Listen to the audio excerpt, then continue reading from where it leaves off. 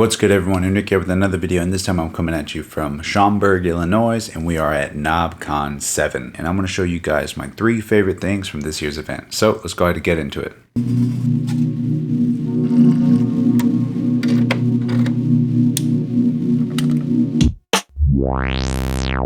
Alright, first up is from Delptronics, and it's the LBD1 SE kit. Notice how I said kit? That's because you gotta solder this bad boy up yourself. Might not be the easiest thing for beginners, but heck, you don't learn until you try, right? Coming in at 140 bucks, this drum machine's all analog. It's powered off a 9-volt battery. You can also externally power it if you really need to. 8 drum sounds, which are again, all analog. MIDI input for run, start, stop, as well as clock and triggering the drum sounds themselves, so you don't even need to use the sequencer that comes with this thing. It's got a CV clock in, a reset in, and a trigger out. You can store a bunch of patterns in this thing. It's got 7 different modes on how you play, record, and enter in notes, randomizer, swing, pattern lengths, fills, and the list goes on. So who's this for? If you're kind of like me and you like finding the diamond in the rough, or if you're down with a drum machine that sounds uniquely like itself and can't really sound like anything else because you don't really have that much editing parameters on it, this is definitely the box for you. Because I'm looking at this from the perspective of my old 606, which I sold and I regret because I love that thing. Sold it for whatever reason, and now I'm definitely looking for another one. But the reason I love that thing is because all you got's a volume knob. Whatever the sounds are, that's kind of how they are. Sure, you can circuit bend it and kind of mod it, but I mean, for the most part, they sounded awesome. It was a 606 and you just made it work. That was really it. So I find that I could probably end up doing something similar with this drum machine. And at 140 bucks, I'm down with this thing. So down that I actually ended up buying one. Oops.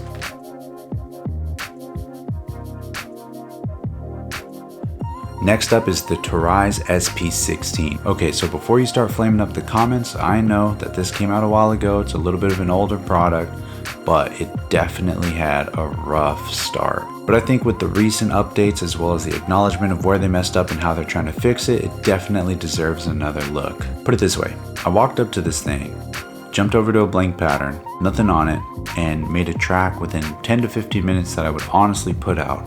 And the crazy thing was, the Pioneer guy, Matt, came up and said, oh, if you have a USB stick, I can render this to the USB stick right here off the machine.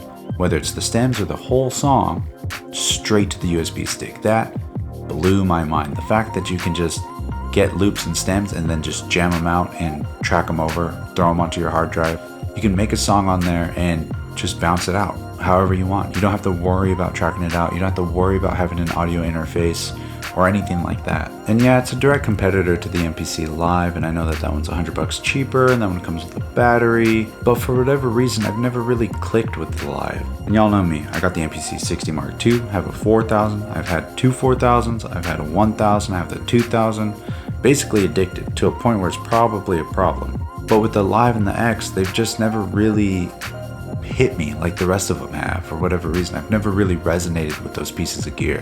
Where I find that they really differ is that the SP16 is really, really fast, and it makes sense. I guessed and figured out all the shortcuts just by tinkering with it. The way I thought it should work was the way that it worked.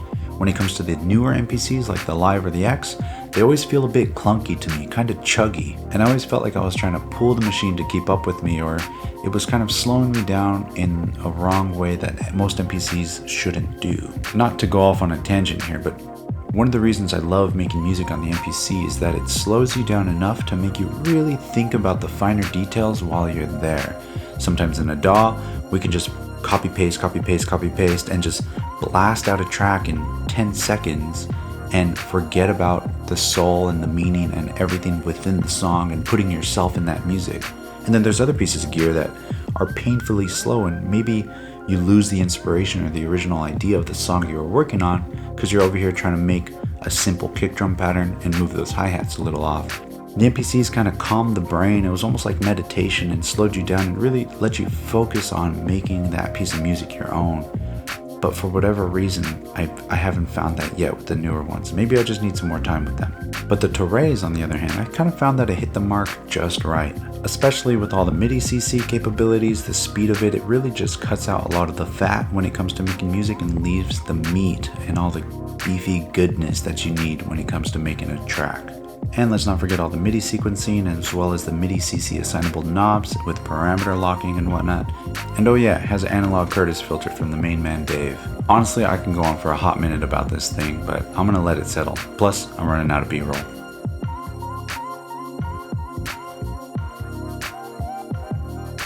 Alright, and last but not least, for all you lo-fi cats out there, this is the Zulu. It's a passive effects box. It's an all analog tape simulator that's passive. Let me say that again. It's passive. If you guys don't know what that means, basically passive in the audio world means it does not require power. So you just plug directly into the back of this thing and it affects your sound. I don't know what crazy sorcery is going on here to be able to affect a sound this much without having to be powered by something, but it's nuts and it sounds so good. The crazy part about this is I say it's lo-fi, right? It was originally intended for a hi-fi tape deck simulator. They were trying to make it sound like a Studer A810, and if you guys haven't seen the prices on those, they're up in the $4,500 range. But the cool thing is that they expanded on this idea and added some more features to cater to, I guess, the more saturated side of the tape world that a lot of people seem to like. But they never originally intended this for synthesizers.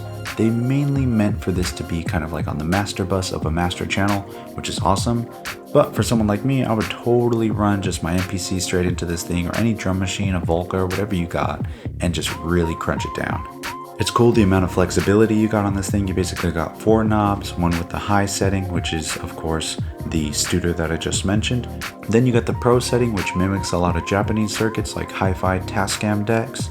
And then you got the low setting, which is probably simulated of, I don't know, a tape deck you could find at a thrift store or something. It is mean. It sounds really tight. So at the top, you basically select what tape deck you want. Under that, you got your bias, which is a tilting EQ, always lowering the higher frequencies and boosting the lower ones depending on how much you add. But don't worry, under that you got the enhance, which is an enhanced dry signal that's played on top of the new signal that you got going on to help bring back some of those highs. It's really rich and really clear. And after all that, you got the headroom, which really just squashes it all down. And of course, if you need a lot of headroom for a lot of clarity, just crank it up to the right and you got a lot of space. Taking a look at the back, you got a couple switches, which basically changes how lo-fi or hi-fi the sound is from left to right. One downside about this thing is its XLR inputs, but nothing a couple adapters or a mixer can't fix. But the cool thing here is because it's stereo and you have control over the left and the right channel independently, you can run it as 2 mono effects boxes. Price wise, at $750. Not bad, but definitely not cheap. You can grab a lot of stuff for that price, but if you were to compare this to the Studer, I would grab this all day long. Now on to the honorable mentions. One I'd like to highlight is STEM Modular with their wooden modules. They cater a lot more to like the educational side of things, so for a beginner with Eurorack or somebody who wants to get into Eurorack and doesn't really understand a lot of it, their panels have a lot of simplistic ideas behind them, which really help understand kind of what you're doing, what you're sending, what you're receiving, what's going where. And it's a great way to kind of I guess get started in a way, because there's a couple of companies out there who don't even write in English on their panels, and it's kind of hard to understand, to be completely honest, no matter how pro you may think you are. But the one that stuck out to me was their drone module, appropriately named because it's basically 6 droning square waves that can all be tuned differently, and they're pretty harsh. They sound a little harsher than just a square wave. They got a little hair to them, but the cool thing is they're all sitting on a Vactrol, which is basically a gate, but acts a little differently. So when you send it a trigger into the trigger input, it'll kind of pluck the sound of all of these at the same time, resulting in a more percussive-ish sound, which gets sent out of the trigger output. But if you're not into something like that, you also got just the drone output, which is all of them going out at the same time. And another cool thing is you also got a CV input to control all 6 knobs at the same time. Super simple, but pretty effective when it comes to getting weird sounds. And honestly, the whole company's aesthetic is really cool. I'm a big fan of the wood. I know it's a little bit of a similarity to Bass Still, but these modules seem to fit really nice within a case. They don't bulge out too much, and I mean, it's a lot cleaner. The simplistic look on the panels really attracts me, and I'm down with stuff like that. And again, for someone who's new to Eurorack or wants to get into it, I'd say definitely check these guys out. Another awesome company are the guys over at 1010 Music. They got this crazy laser generator in Eurorack format, which creates laser shapes. Sure, you need to buy a kind of expensive, nice laser and another thing to convert the signal, but the idea is really cool because you're sending and pairing your modular and music world with a visual side of things that's not just an old CRT monitor or a projector. It's a laser. Throw some fog on there and you got some crazy stuff. And honestly, the shapes that this thing can make, it was blowing my mind. I've never seen lasers do stuff as complex as this. A reason this module really stuck out to me was because it just felt like some future shit. Basically changing the way we do things, right? We want to always be progressing and doing things differently. Felt, I don't want to say a game changer necessarily, but it was a good attempt at that. And what it is really unique and really cool. And it's just trying to be progressive and change and evolve and not stay stagnant. Another cool thing to tie the visual and the music world together was by Erogenous Tones. They're finally getting close to finishing up this module that I've honestly seen in the works for probably 2 years, if not more. And it's basically an all-in-one solution when it comes to tying your musical world and your Eurorack world and the visual side of things when it comes to generating visuals, whether it's manipulating a camera signal or creating stuff on the spot. This also accepts CV as well as audio input, which you can then send to different places within the video to affect it differently, and it's just really cool. So it's not out on the market yet, but I hear that it's going to be sub $1,000, which compared to other companies out there in the video modular synthesis world for an all-in-one solution, this thing is a steal for what you get. Speaking of weird visual modular stuff, the next thing is a way more affordable digital version of a lot of the stuff I just spoke about, coming from the awesome people at Paracosm. It's called Lumen. It's pretty badass, the visuals that you can get out of this. It easily takes the webcam that you already have or the little FaceTime camera that you got on your computer, DSLR, mirrorless, whatever camera you got. This thing could take up to 10 different cameras. You can choose between the sources and easily start manipulating it on the fly. A lot of the knobs as well are MIDI mappable, so if you got a MIDI controller, any Akai or the Novation launch control like you see here, you can easily start manipulating the visuals with a more hands-on tactile feel. KV Gear.